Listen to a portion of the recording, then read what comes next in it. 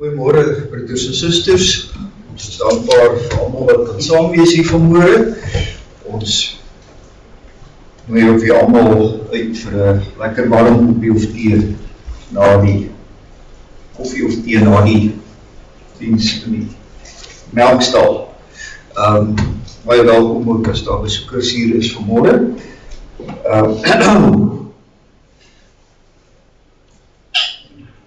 Ons kollekte onder die erediens is Tentasiefonds by die Here die Bolandse Bedieningsfonds.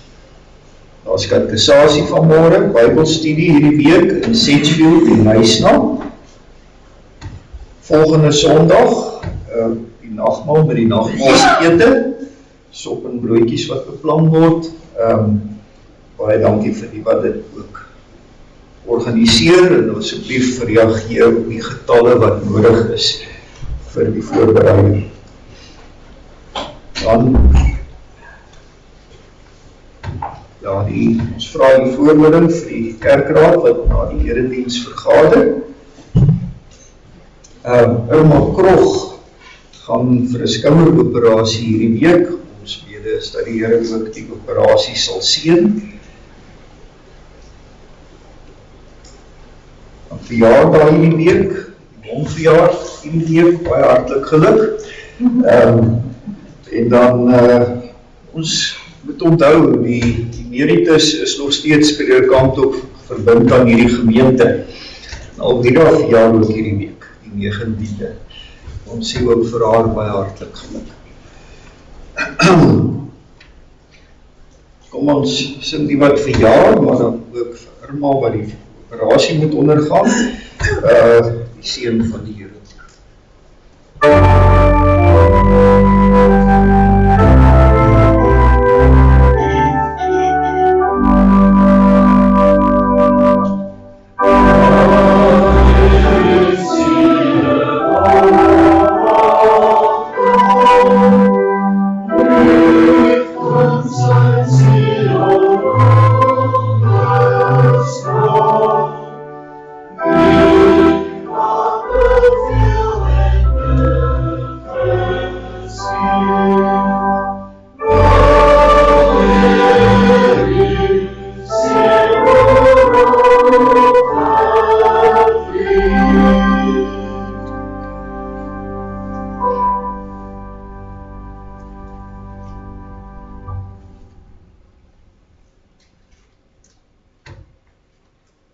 Ons wil vanmôre ook stil staan by waar die Here woon. Ons sing ons nader voor hom Psalm 84, ons sing die tweede beruiming, ons sing vers 1, 4 en 5, Psalm 84, tweede beruiming. Ons sing dit sittende saam. Amen.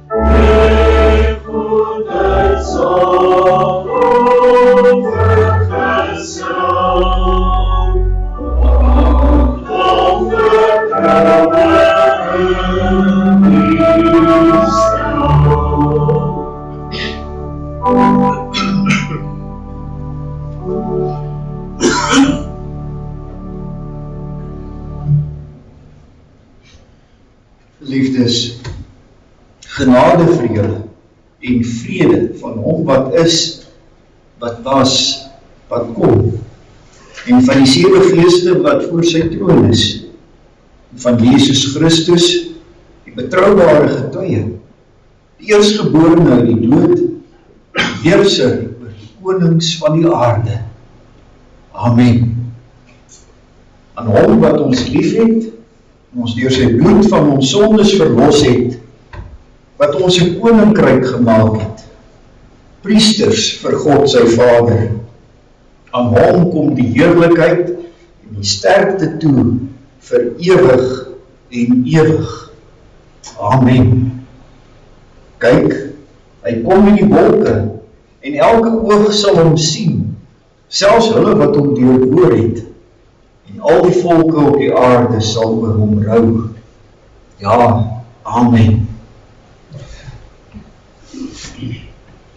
Kom ons sing Psalm 48, sing daarop vers 1, 4 en 5. Daarna gaan ons geloofsaam bely en na aansluiting by ons belydenis sing ons aanleiding ook van die troonsvisioen wat Jesaja gesien het, Jesaja 6, die heiligheid van die Here, lied 169, wat daardeur geïnspireer is.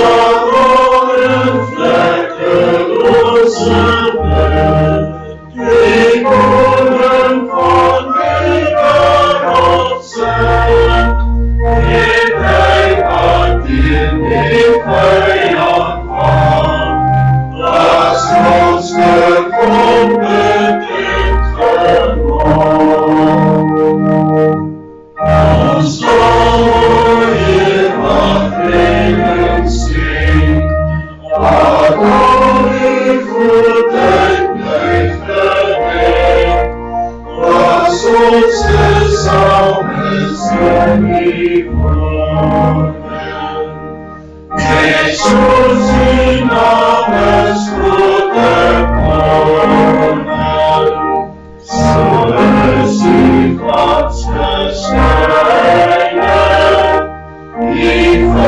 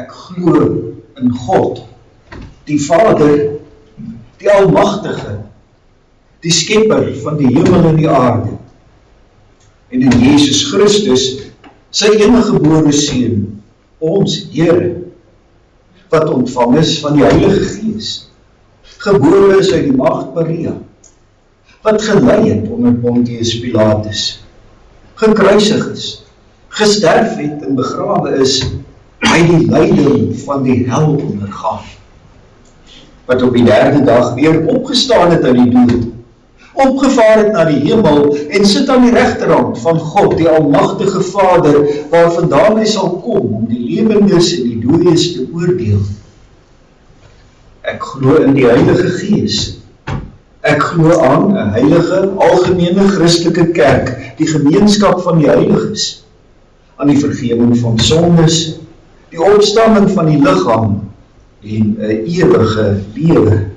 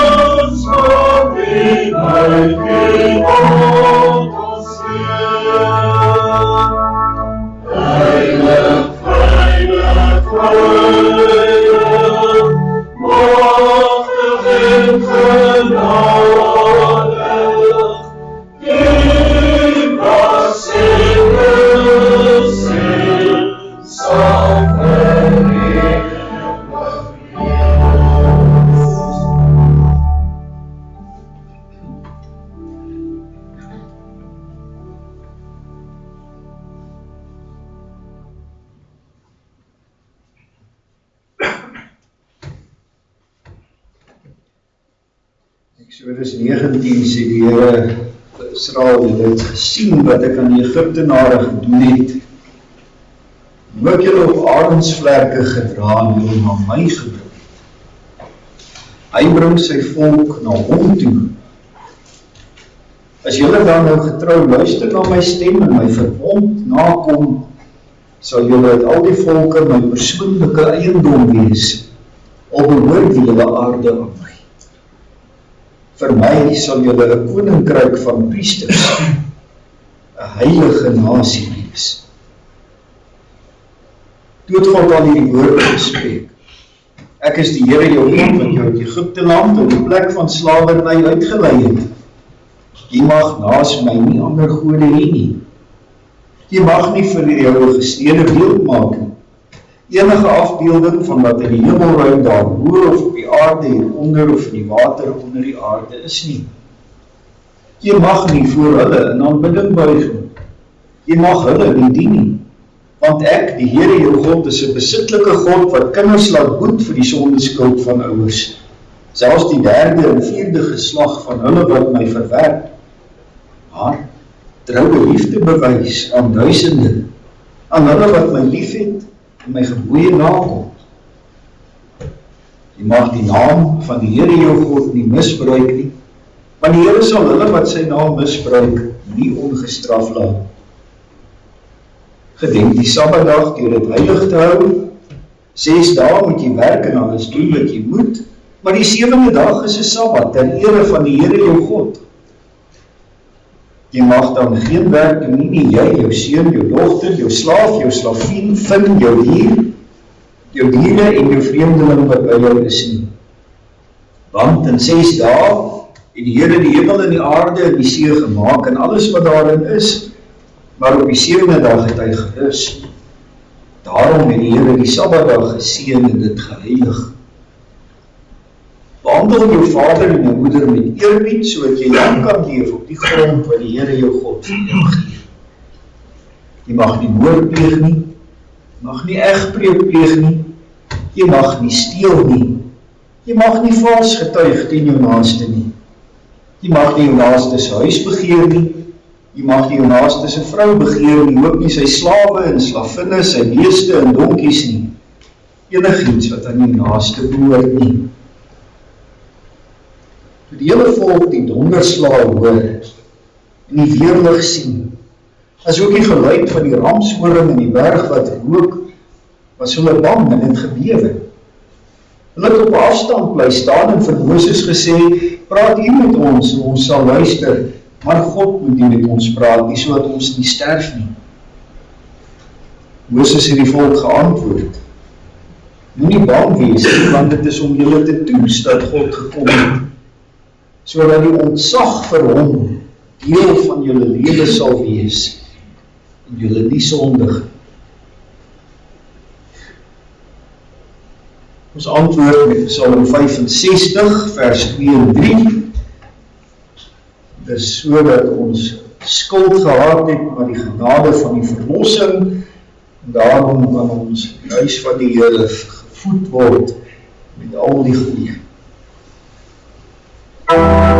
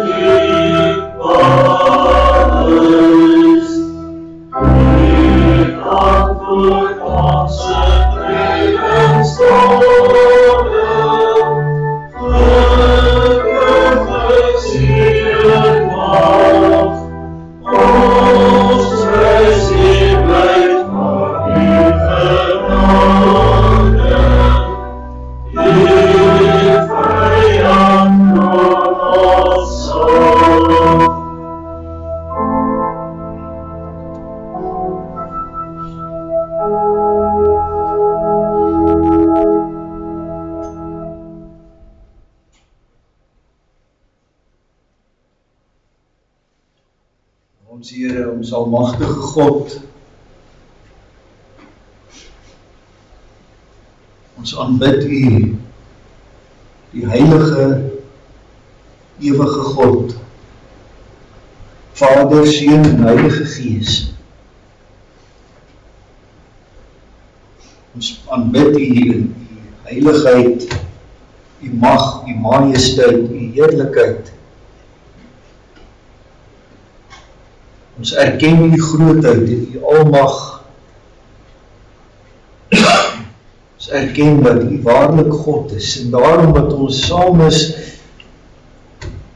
om U te aanbid, om U te verheerlik. Omdat het U behaag dat ons U aanbid. Ons dank U, Here, vir U genadige verlossing, vir U skuldvergewing waaruit ons kan lewe. Ons dank U vir so baie genade.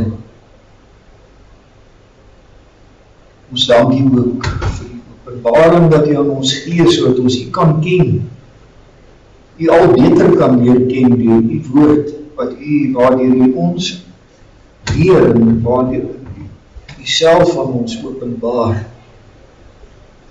Ons bid, Vader, dat U ons ook vanmôre sal lei, wanneer ons met U woord besig is, met U lig en met U waarheid, met U wysheid.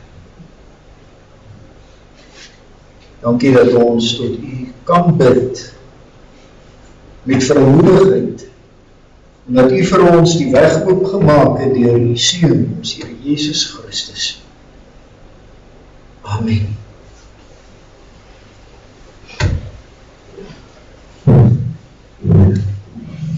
Vanmôre wil ek 'n paar gedeeltes lees. Eksodus 25 vers 8.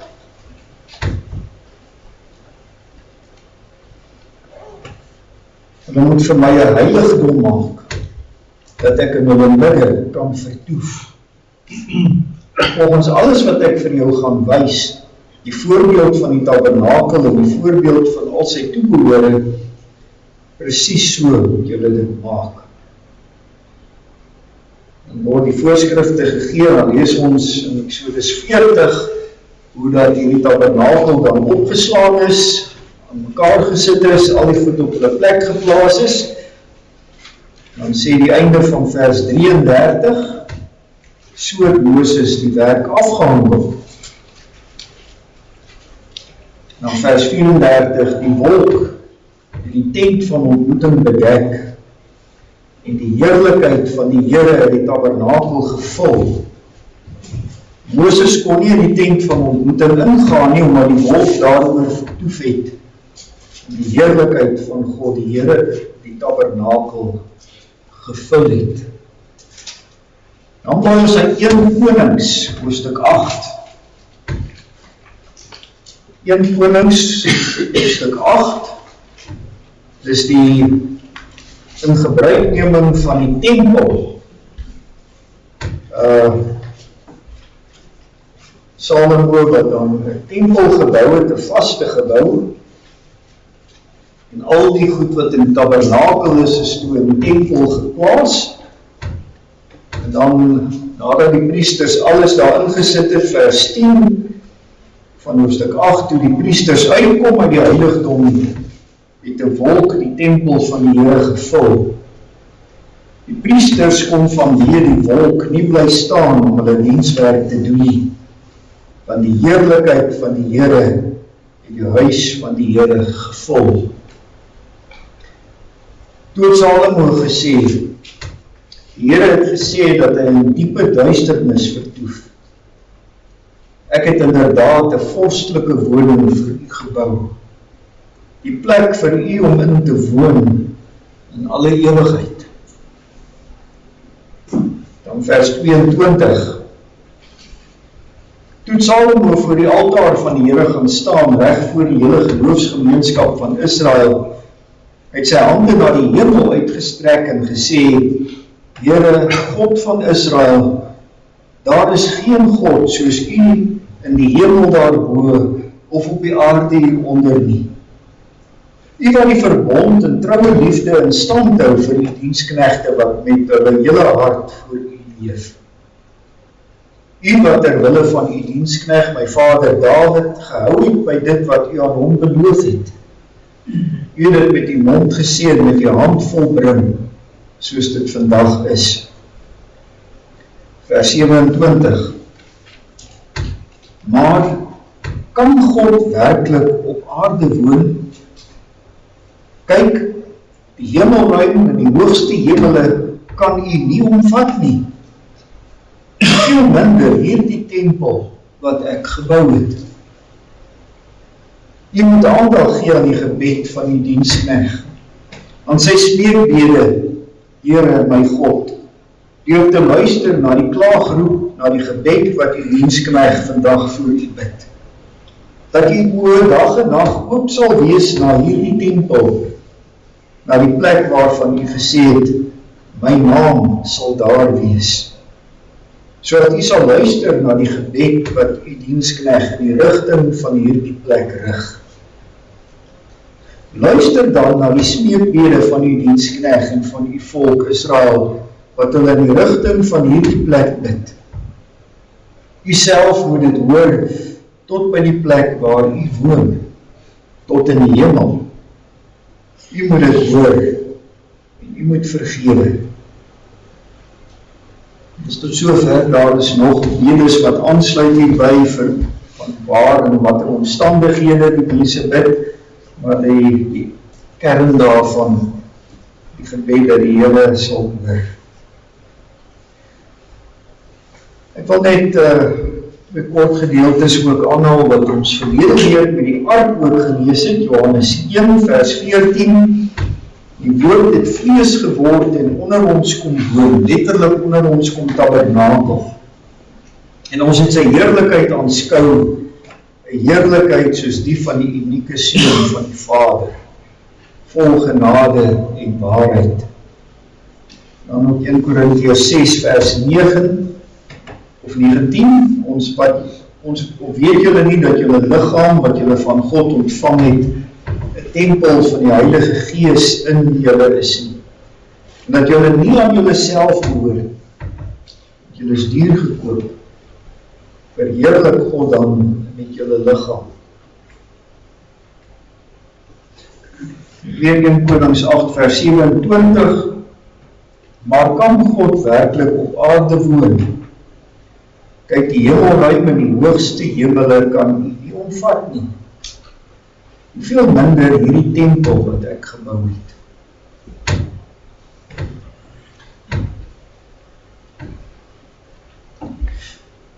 Waar woon God?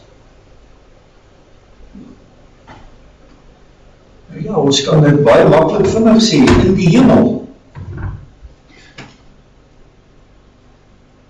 Waar is die hemel?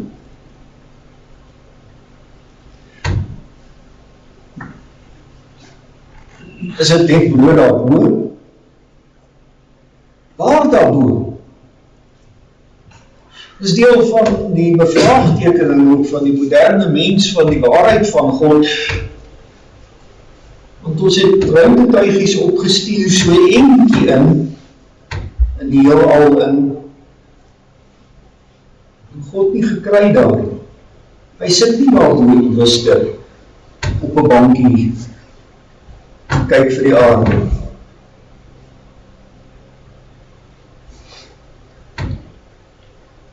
Waar is hy?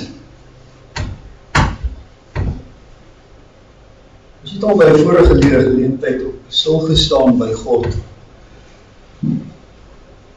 En ons nie kan dink om hom te kan begryp nie. En nie kan verwag om hom iewers in die skepping te kry. Want hy is die skepper van hemel en aarde, hy is anders. Hy is nie deel van hierdie skepping. Ons sukkel om 'n begrip van hom te kry.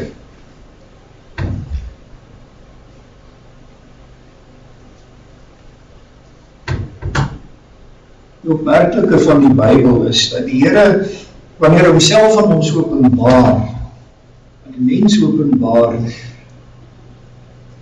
hy ons nie probeer kry om die onmoontlike, dit wat ons nie kan verstaan nie, te begryp nie.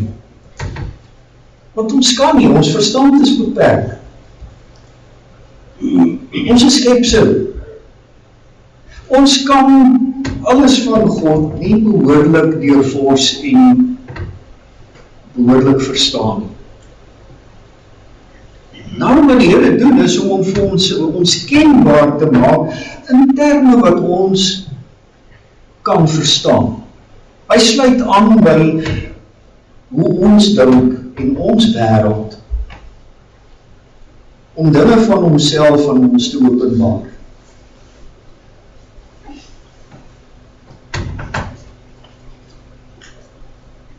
Vir 'n mens wat in daai tyd 'n wêreldbeeld gehad het van dat dit wat daar dinge bokant die hemelkoepel is.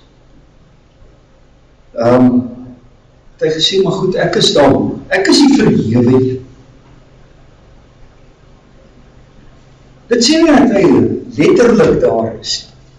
Maar die mens dink in terme van dit wat verhewe is bo my. Ons kyk op daarvoor. Die Here sê, maar ek is die absolute wat my opgekyk moet word. Ek is die absolute verhewe.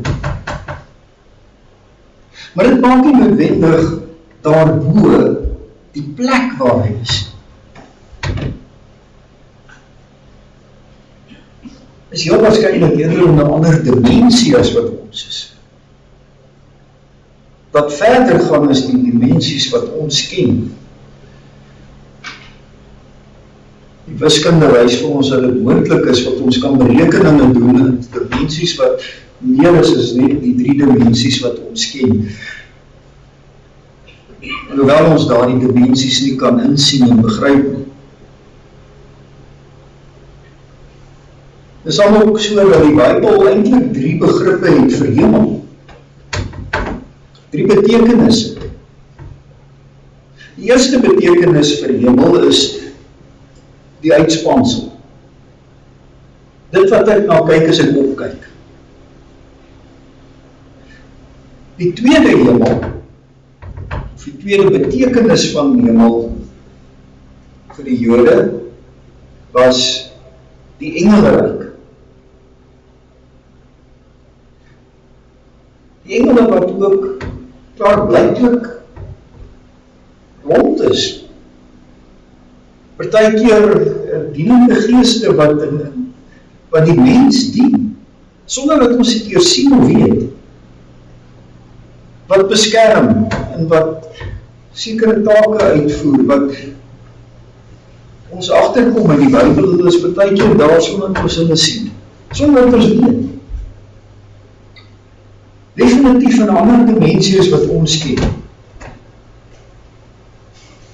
Maar dan die derde hemel is die teenwoordigheid van God. So sê Paulus dan ook, dat hy weggeruk was tot in die derde hemel. Dis nie soos wat die Oosterlinge dink met hulle 7 hemele of 9 hemele in vlakke van vordering. Hy bedoel dan daar die derde betekenis. Betekenis nommer 3, die teenwoordigheid van God. Ek was weggeruk, sê Paulus, ek was direk in die teenwoordigheid van God, daar waar God woon. Daarmee. Hierdie waar is dit? Ek weet nie. Dit gaan ons verstaan te boven.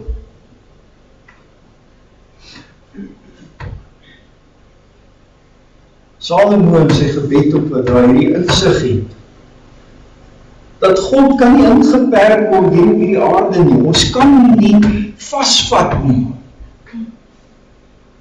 Ons kan hom nie vat en hom iewers parkeer en sê, ons het nou hierdie plek vir u gemaak, Here, en nou is dit ons hierso, en nou gaan nie hier kan weg.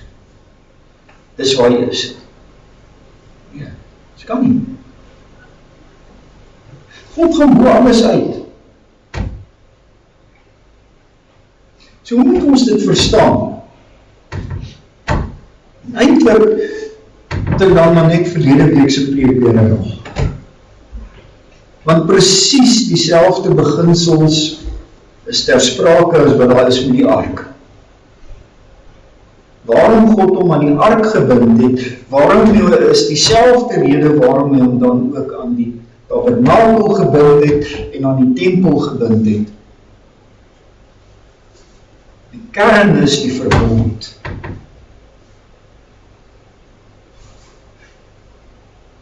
God maak kontak met die mens op grond van die verbond wat hy met ons sluit. Die verhouding wat hy met ons aangaan. Daarom vir Israel ook, net soos wat met die ark wat dan die houer was van die verbondsakte en die Here hom daarom baie besonders in die ark gebind het, is die plek waar die ark gehou is, ook dan die plek waarom hy hom gebind het. Die tabernakel was eintlik maar net 'n vervoerbare tempel, 'n tenttempel. En God het gesê, ek woon in daai tempel. Maar eintlik wat hy daarmee sê is, ek moet my teenwoordigheid by die volk vas aan die verbond wat in daardie tempel gehou is, daai verbondsakte. Ek het met julle 'n verhouding aangegaan. En op grond van daai verhouding is ek by julle, sê hy vir Israel. In die Ou Testament dan nog baie vasgemaak aan die plek. Net soos wat ons gesien het met die ark, dat die ark verdwyn omdat die Here verder gaan as om net die verbond in die ark te hê. So gebeur dit ook met die tempel.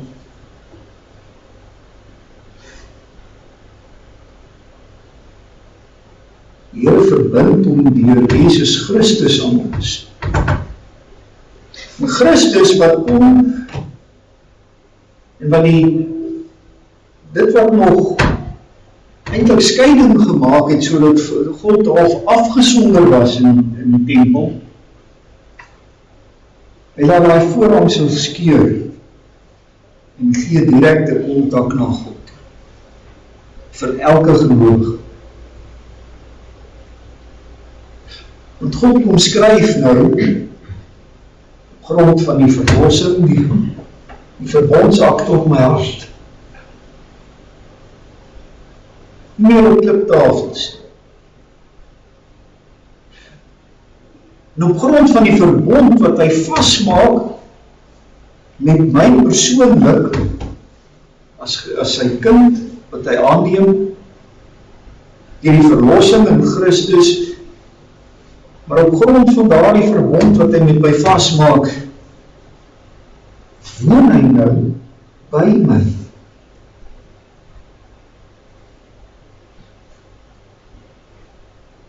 Word 'n tempel van die Heilige Gees.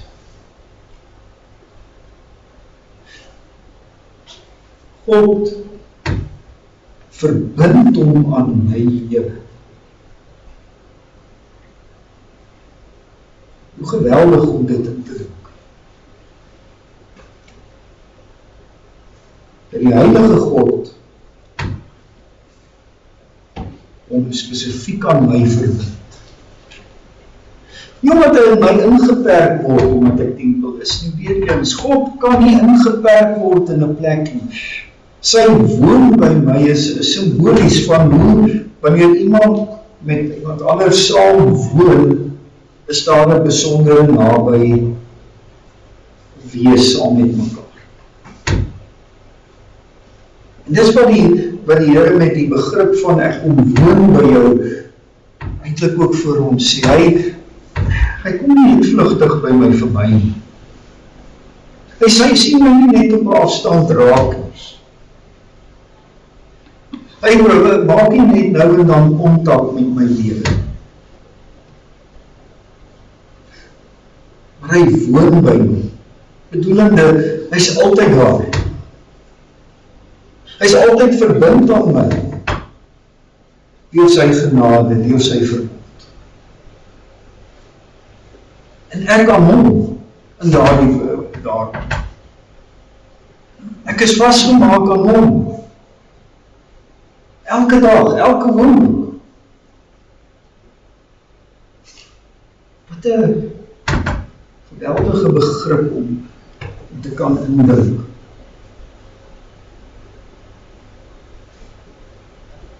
God wat sê, ek kom maak by julle woon. Ons is geneig om van 'n kerkgebou dan te praat is die huis van God. Maar hy woon daar. Dis nie waar hy bly nie, hy gaan saam met elke gelowige. Wanneer ons saamkom met God wat by ons elkeen woon, dan word ons nie as gemeente ook, soos ons nou hier saam is ons woning van God. Ons is die tempel. Nie die gebou nie. Ons wat hier binne is. God is hier in ons midde, omdat hy aan ons gebind het. En ons kan sê, ons is hier as sy huis, is ons hier saam.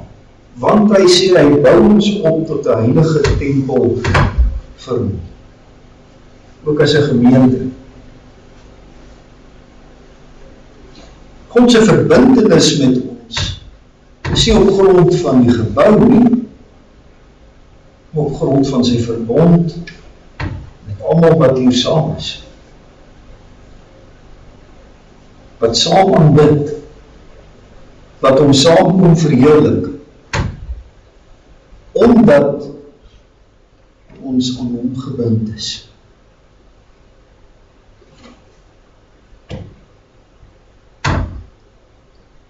Ons moet werklik anders daaroor dink, as om te dink, ek gaan na God. Want dis baie keer die gedagte vir mense. As ek die Here nodig het, dan gaan ek na die gebou toe, saam met ander mense, en dan gaan soek ek hom. Dit is nie waar nie, nie meer. God se verbintenis is nie aan die plek, maar aan die mens. Dis die verandering wat kom in die Nuwe Testament, en daarom moet die tempel afgebreek word. Want alles waarvoor die tempel gestaan het, is vervul in Christus. En daardie tempel is nie meer nodig nie, want die Here het hom nou self aan elke gelowige kom bind. En daarom, 'n tempel maak nie meer sin nie. Daarom is die tempel verwoes. Ja, die Jode wil weer die tempel herbou. Dis een van die belangrikste goed waaroor die hele konflik in die Ooste gaan oor daardie stukkie grond waarop die tempel vroeër gebou was en wat nou in die moslems woon. En die Jode wil daardie grond terug hê, want hulle wil die tempel bou om weer al die offerhandes en die dinge daar te begin. Priesters is opgelei. Die tempelgereedskap staan alles al gereed, is alles gemaak. Buiten die ark, want hulle glo die Messias van die ark sal aanbring. Maar alles wat nodig is in die tempel, is vervaardig en is gereed in Jerusalem. Van dit word uitgestal in 'n tipe van 'n museum waarmee hulle met die toegangsgeld ook nog verder vir ons opbou vir die nuwe tempel. Maar al die tempeltoebehore is gemaak deur die Jode. Hulle wil die tempel herbou, want hulle verstaan nie wat God in Christus gedoen het. Dat hy deur die verlossing mense nou syne maak op 'n besondere manier, dat hy in mense woning maak, by die mens woon wat aan hom behoort. iewerster sy naam vasmaak net aan gebou.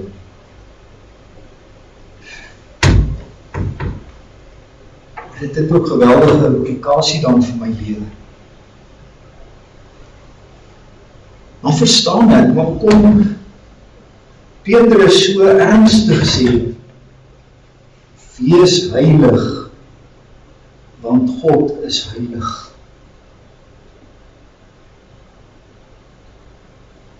Waarom Paulus so ernstig sê, julle moet God in julle liggaam verheerlik. Want wanneer ons die Ou Testament ook lees, die openbaring van God in sy majesteit en mag, te dink dat daar die God omheind. Het is eintlik ontzagwekkend om te doen.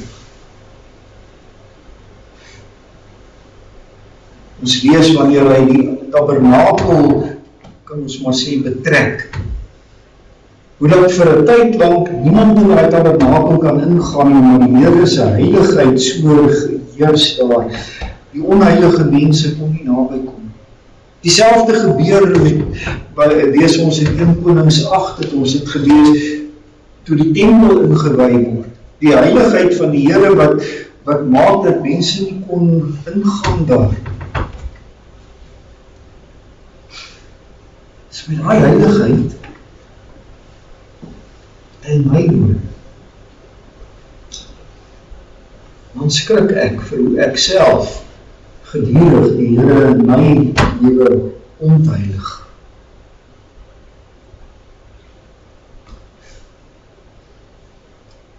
Daardie God, daardie heilige God, wat hom aan jou verbind het. Verstaan ons dit? Wanneer ons dit verstaan, dan verstaan ons hoekom hy ons 'n koninkryk van priesters maak.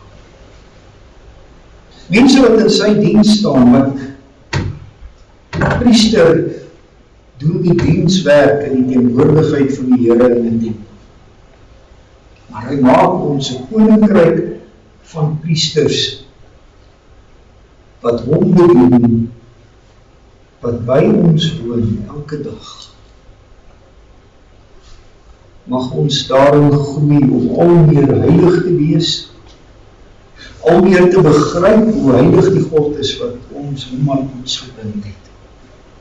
Al meer priester wees in elke aspek van my lewe tot sy verheerliking.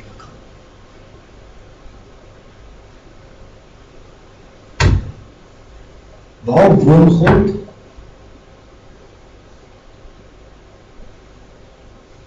Onmoontlike antwoord voel het. Maar hy woon by jou as gelowige. Amen.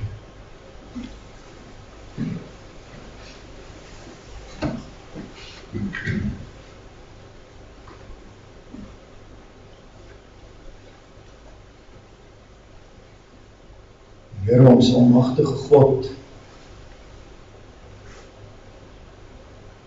ons is klein in die teenwoordigheid. En vervul met ontzag, met verwondering, iets wat vir ons amper onverklaarbaar is en ons verstand te bowe gaan, om te weet en dat U ons tempels gemaak het van U Heilige Gees.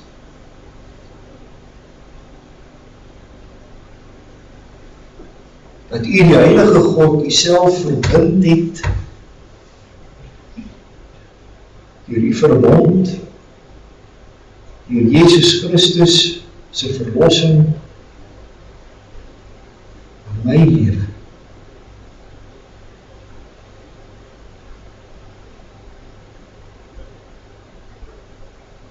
Vader, ons moet bely dat dit 'n begrip is wat ons 'n waarheid is wat ons begrip so ver te bo gaan, dat ons baie keer nie daarmee reg leef.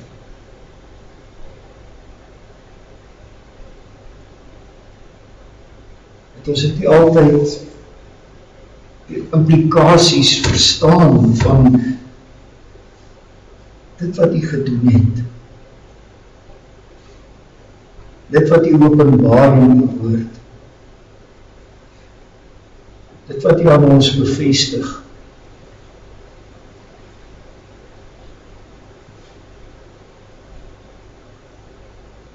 Lei ons, Here, dat ons sal verstaan en dat ons daarom al meer sal groei in ons priesterskap,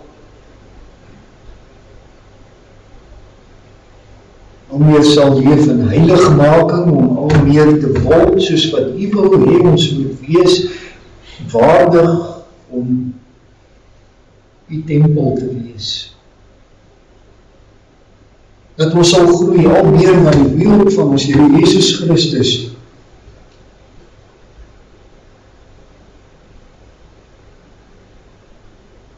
Lei ons dat ons 'n kragtige getuienis in hierdie wêreld sal wees, juis deur die manier waarop ons moet lewe, en mense in ons ook sal ervaar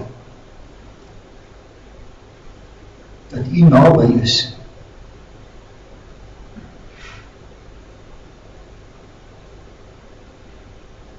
Ons dankie, Here, dat juis waarom ons ook alles van ons lewe aan U kan toevertrou, en bid dat U alles van ons lewe in ons die wag sal hou, en ons sal lei, ons sal versorg, sal dra, sal toerus, naby sal wees, dat U ons wysheid sal gee, moed sal gee, krag sal gee, gesondheid om voluit te kan leef in U diens. Alles wat ons nodig het, Here. Dankie dat ons mekaar aan U kan opdra, die wat siek is, die wat swaar kry.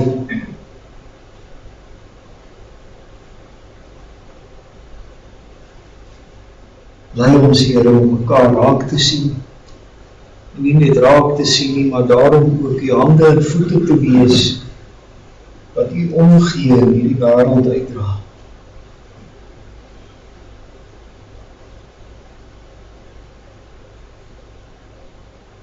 Dankie, Here, dat ons alles van ons lewe aan U kan opdra.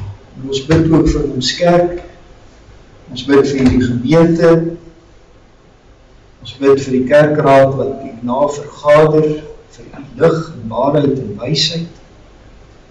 Ons bid vir die kerk wêreldwyd, die kerk wat op plekke onder swaar vervolging is en beproewing. Wil U altyd oral die kinders vashou in die sekerheid. U is by hulle. Elke dag, elke oomblik, elke omstandigheid. Dankie dat ons met elkeen ons eie hart daarom ook voor U kan wees. En dit wat in ons eie harte is, ook voor U kan uitstort.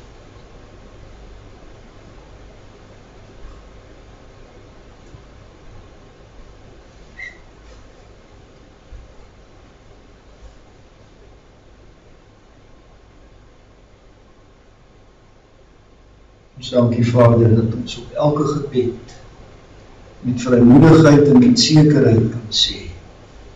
Amen.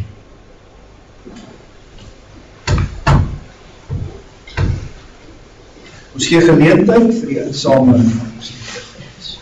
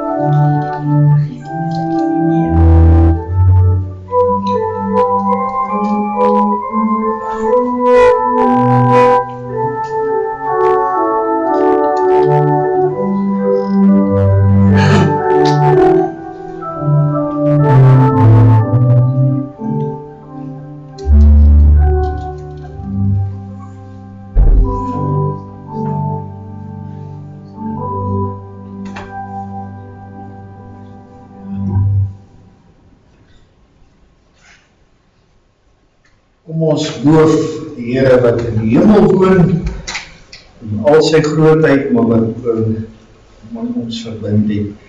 Ons sing Psalm 148, vers 1, 4 en 5.